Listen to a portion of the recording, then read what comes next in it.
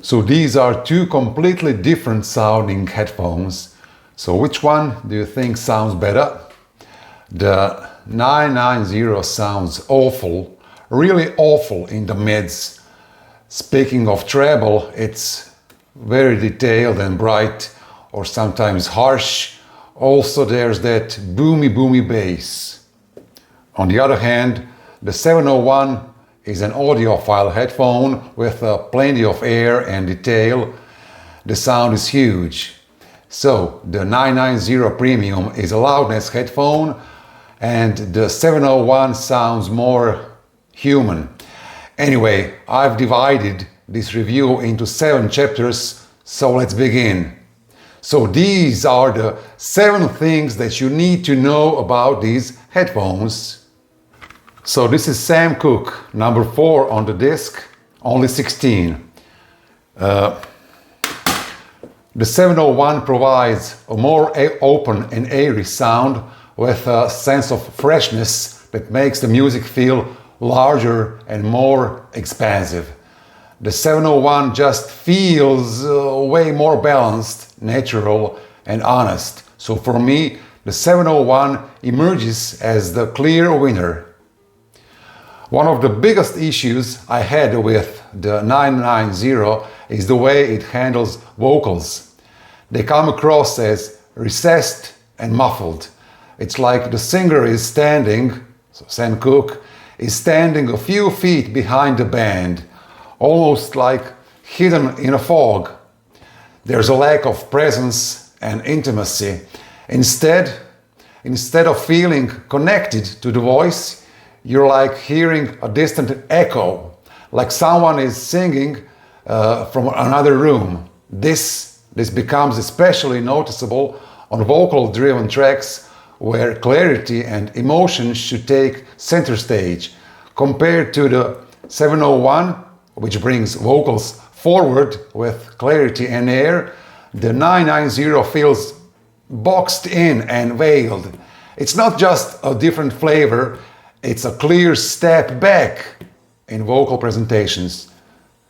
So the winner, no doubt, the K701. This is Ivo Pogorelich for Scherzi. The 701 delivers a lively, fresh and open sound that really stands out. There's a sense of air, decay and sustain, making instruments breathe and unfold in a way that feels truly natural. It's not just about clarity, it's about the way the notes linger and resolve. Everything sounds more organic, more like you're in the room with the musicians rather than listening through gear. In contrast, the 990 comes across like a hyped up electric piano, especially in the lower registers. The low keys sound overly boosted. There's also that feeling like the music is playing at a distance inside a barrel. It lacks that sense of realism and space, and especially compared to the K701. So the winner is the K701. This is Leona Lewis, number 1 on the disc, Bleeding Love. So right from the opening seconds of this track, especially the first 10 seconds with the keyboards, the 701 reveals more detail and clarity. Every note has more definition and the soundstage feels larger. And there's a sense of air and spatial dimension that makes the intro feel more immersive and refined. However, the 701 does not compete with the 990 when it comes to bass energy. If you're after that hard-hitting, low-end punch, the 701 might sound more reserved and controlled. Some might even call it polite. And one thing worth noting is on the 701, the snare hits have too much presence. It's like the snare is stepping slightly forward in the mix, more crisp than natural, and it can pull your attention away from everything else in certain tracks. So in this case, the winner is the 990. So this is Bruce Springsteen MTV, number 1 on the disc, Red-Headed Woman. The 990 has a more immediately attractive sound.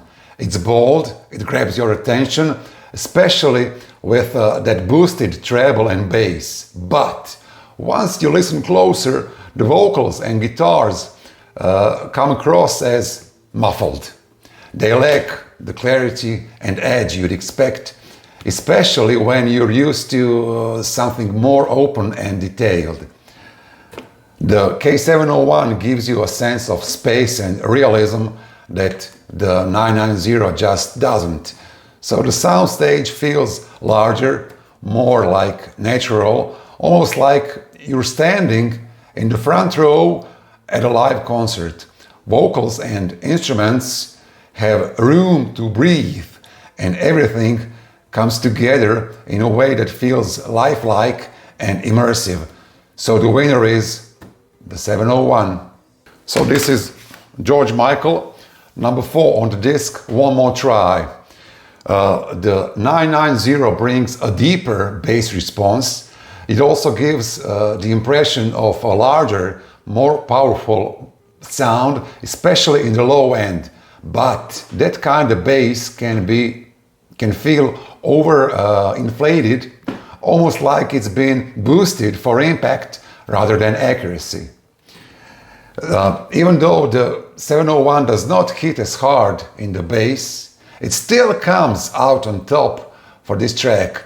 What it lacks in boom, it makes up for with clarity, balance and control. It doesn't try to impress with brute force, it simply lets the music speak. So the winner is the 701.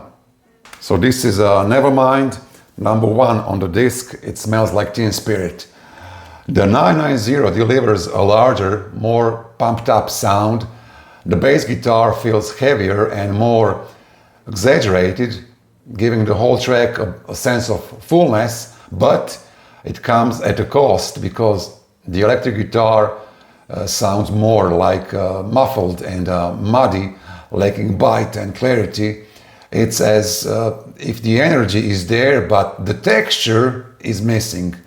In contrast, the 701 lets the sound breathe.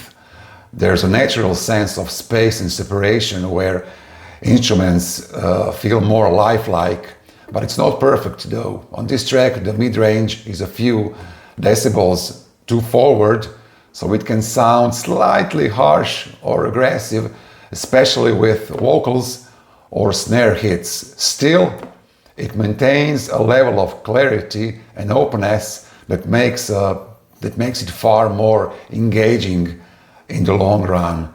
Anyway, the winner is the 990.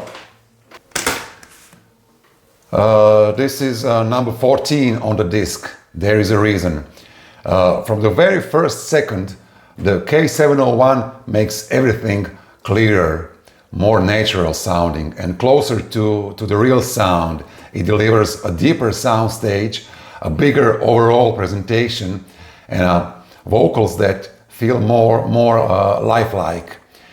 Instrument sustain and decay is longer, and there's that kind of openness, a lightness in the air that the 990 simply cannot replicate.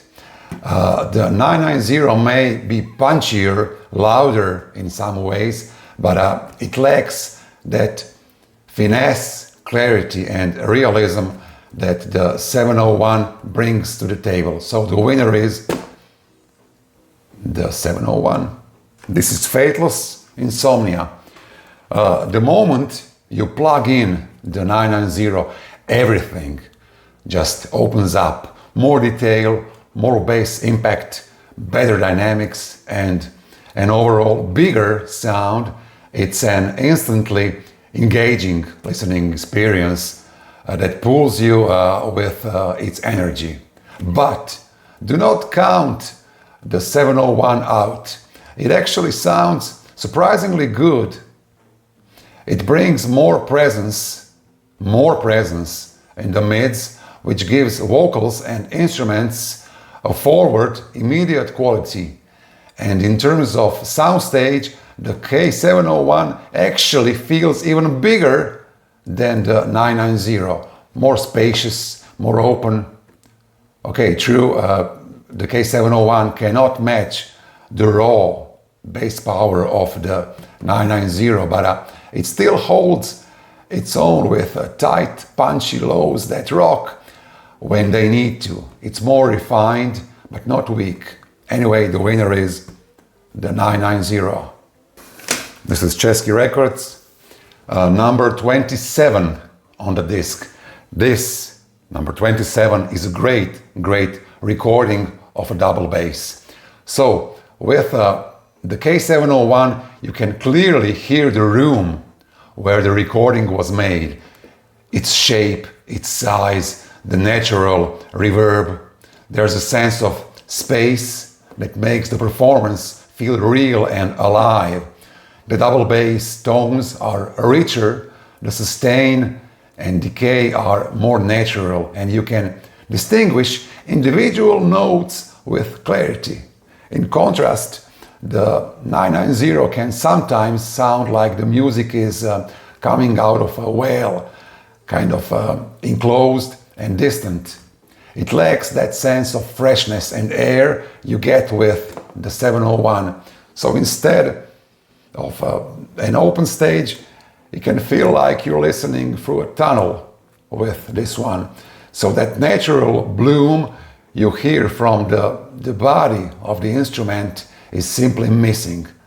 So this is very, very important to say, because I see many people often ask, is the bass really that bad on the 701? No. With a decent amp, the bass is very, very good and very well extended. So the bass sounds natural, not boomy. The winner is this one. Number 2 on the disc, it's called Worried Man. So the K701 offers a livelier sound with an undeniable sense of I'm there, like you're right in the middle of this performance. You can hear all the subtle details in the background, from the room's natural acoustics to the fine textures of this music. Vocals come across as more natural and organic, with a sense of space that makes everything feel truly alive. The 990, on the other hand, handles male baritone vocals beautifully, adding a bit of that extra fullness to the sound. It's a rich, thick presentation that makes those lower frequencies really stand out. But while the 990 sounds great, it does not capture that live vibe, that air, that sense of being right there in the room with the musicians, which the 701 does so well. The winner is this baby. Next, chapter number 2. It's called Volume Matched Test. Who's louder? Because every time I test and compare audio equipment, like headphones in this case, it's crucial to ensure that they're tested at the exact same volume level. And I measured both the 701 and the 990, and it turns out that this baby is about 4 dB louder than this one. Now, why does this matter? Because a 4 dB difference in volume can make a noticeable impact on how we perceive sound. Louder headphones might seem punchier, clearer, better, while the quieter ones could sound a bit more subdued. So to make sure this comparison is as fair as possible, you need to adjust the volume levels. So next, the amplifier. Both of these headphones need a dedicated headphone amp. The K701 craves both power and current, not so much voltage. This one, the 990 Premium 600 600 ohm version, it's the opposite. It needs a lot of voltage, but not so much current or power. So you can run the 990 on an affordable amp and it will sound pretty solid. But the K701, nope. Plug it into a cheap 100 or 200 amp bucks and you will not hear the magic. People sometimes say that this one sounds harsh or thin or lacks bass. Well, that is absolutely not true, my friend. You have just paired it with the wrong amplifier, because this headphone needs a high quality amp, the kind that costs like 3 or 5 or more $100 to open up and truly shine. And no, it won't give you that boom boom bass like the 990, but what it does give you is a clean, natural, low end that fits the music. So bottom line, if you don't have or don't plan to get a serious amplifier, do not buy the K701. It's that simple. Chapter number 4, build quality. So the 701 makes an entrance. It's white, sleek, stylish, like it just stepped out of a high-end studio photo shoot. The packaging, it's somewhere, I got it. It's fancy anyway. The vibe, designer chic. I mean, it looks pretty. But build quality, it's alright. It's not bad, it's not mind-blowing. It's kind of like, hey, I look good, but please don't drop me, okay? This one, the 990, doesn't try to be pretty. It just flexes, you know? So the message, I'm built to last. You know, like, unlike most hi-fi gear that just sits on the rack, headphones get used, twisted, pulled, slapped on and off your head 10 times a day. And if they are not well made, they fall apart fast. So this one gets that and absolutely nails it.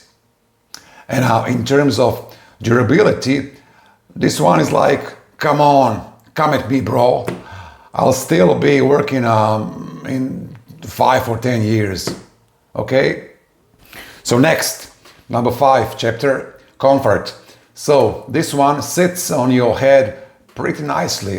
It's light, it's airy, kind of like wearing a headphone cloud at first. But that leather headband, it starts to dig into your scalp after a while, especially if you are bald. Now, you can fix it, stuff it with a little foam or cotton underneath. And yeah, that might help. But still, come on, AKG. You made a headphone that sounds like heaven, but gave it the headband from a medieval torture rack. And also the clamp, a bit too loose, not a big deal, but a slightly tighter grip would have helped it stay snug on the ears. Still, that's a minor. The headband issue, kind of major. Now this one feels like a dream. Soft pads, no pressure points. Compared to the K701, it grips better and feels more secure. But plot twist, the headband, it's too short. If you got a big head or just a tall head like I do, this thing might not fully extend to fit you properly. I found myself constantly adjusting it and dragging it and pulling it down, wishing it had just 1 more inch more of range. So seriously, Bear, give us like 1 inch more on each side and we're good. But if your head is on the smaller side, no problem. But if it's on the larger side, this might bug you. Next, Chapter number 6, leaking. Yeah, they leak. Next. Chapter number 7. Well, that's it overall. Anyway, if you want accuracy and a wide, airy soundstage, go 701. If you want excitement, big bass, and don't mind that little sparkle in your ears, go 910. Me, I'll keep switching depending on my mood. And I only wish those mids were not that bad. That's it. Thanks for watching. Blah blah blah. Subscribe. Blah blah blah. Until next time. Blah blah blah. See ya.